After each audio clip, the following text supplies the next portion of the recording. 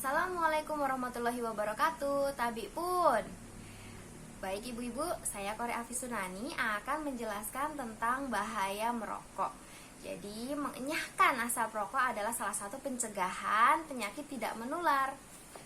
Apa itu rokok? Rokok adalah hasil olahan tembakau. Jadi ada rokok filter, rokok kretek, atau saat ini yang lagi ngetren adalah rokok elektrik atau vape. Ya, di dalam rokok itu ternyata banyak sekali zat-zat yang sangat berbahaya. Misalnya karbon monoksida, dia bisa mengikat oksigen di dalam tubuh kita. Kemudian tar ini adalah zat karsinogenik, bisa menyebabkan kanker dalam tubuh kita. Kemudian ada nikotin adalah zat yang bisa bikin kita kecanduan sama rokok.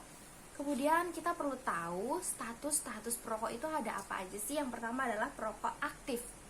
Jadi perokok aktif ini mereka yang menghisap langsung rokok tersebut. Jadi meskipun sebatang, 2 batang, atau mereka yang cuma coba-coba, mereka termasuk dalam perokok aktif ya. Lalu ada juga yang mereka itu tidak merokok tapi disebut perokok, yaitu perokok pasif. Mereka hanya menghirup asap rokok bagi mereka yang merokok gitu ya. Kemudian apa sih dampak buruknya merokok? Dampak buruk merokok itu sudah tertulis jelas di bungkusnya, bahkan digambarkan dengan sangat detail ya. Ibu-ibu pasti tahu apa aja ya. Ada menyebabkan kanker, gangguan paru-paru, jantung, atau mungkin bagi wanita bisa menyebabkan gangguan kehamilan, dan masih banyak lagi dampak buruk merokok. Lalu bagaimana kalau misalkan ada yang mau berhenti merokok? Caranya ada 3 cara nih, saya punya 3 cara ya. Pertama adalah berhenti seketika.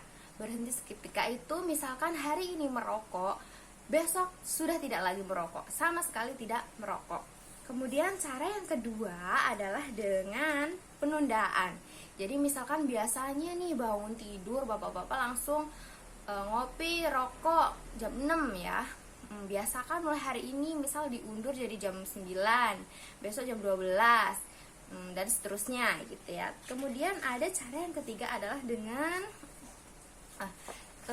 pengurangan. Jadi misalkan sehari bisa 1 bungkus, cobalah hari ini atau besok dikurangin jadi 10 batang, 8 batang, dan seterusnya hingga kita seharian sama sekali nggak merokok. Seperti itu. Demikian adalah materi.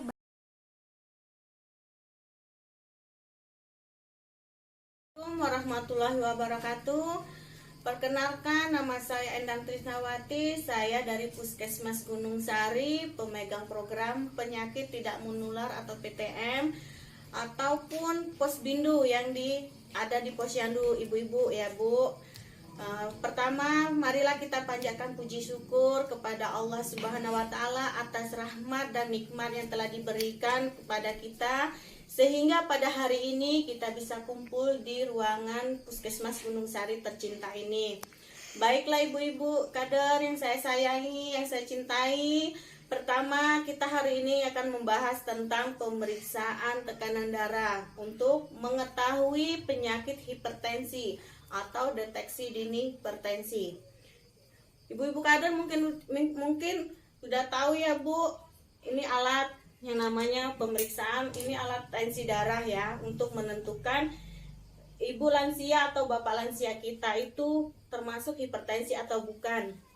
Yang pertama itu kita melakukan pengecekan darah kepada lansia kita. Jika tekanan darahnya 140/90 itu sudah dinyatakan hipertensi. Sedangkan kalau 130/90 itu dinyatakan prehipertensi. Ya Bu ya. Nah, ibu-ibu bisa melaksanakan di posyandu di tempat ibu masing-masing. Itu untuk cara pengukuran darah, tekanan darah. Kalau yang ini kan dia pakai alat ini, ada digital itu dengan cara memegang denyut nadi atau pakai stetoskop ya Bu ya. Ada juga ini alatnya, yaitu yang pakai digital, yang tinggal ibu pejat-pejat aja lah ya. Misalnya ini ibu mulai on, terus nanti dia dengan sendirinya jalan ya Bu. Kemudian setelah melakukan pengukuran darah, kita selesai, kita catat Bu. Bapak si A itu tekanan darahnya 140/90. Ya Bu ya, jangan lupa dicatat. Setiap apapun yang kita kerjakan, kita selalu mencatat. Ya, catat apa yang kita kerjakan, kerjakan apa yang kita catat. Ibu-ibu kader paham ya Bu ya?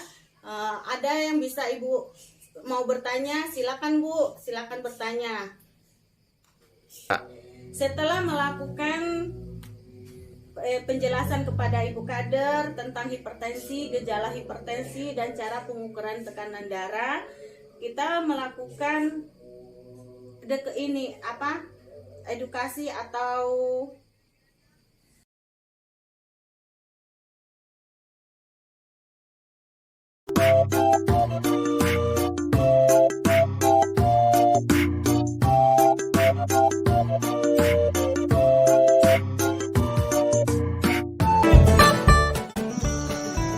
deteksi dini pendengaran. Persiapan yang dibutuhkan untuk deteksi dini pendengaran adalah ruangan yang tidak banyak suara, ruangan yang tenang, jarak antara pemeriksa dan pasien sejauh 6 meter. Langkah pemeriksaan deteksi dini pendengaran. Pertama, pemeriksaan dilakukan secara bergantian antara telinga kanan dan telinga kiri. Pada pemeriksaan telinga kanan pasien diarahkan ke pemeriksa dan telinga kiri pasien ditutup dengan tangan kiri pasien. Pemeriksa selanjutnya mengucapkan 5 jenis kata yang hampir sama. Contohnya, madu, kuku, duku, jamu, susu. Pemeriksa telinga kiri dilakukan dengan cara yang sama. Bila tidak semua kata terdengar, maka pemeriksa maju mendekat dengan jarak bertahap. Maju 5 meter, selanjutnya maju 4 meter, selanjutnya maju 3 meter, dan yang paling akhir maju sampai jarak 1 meter.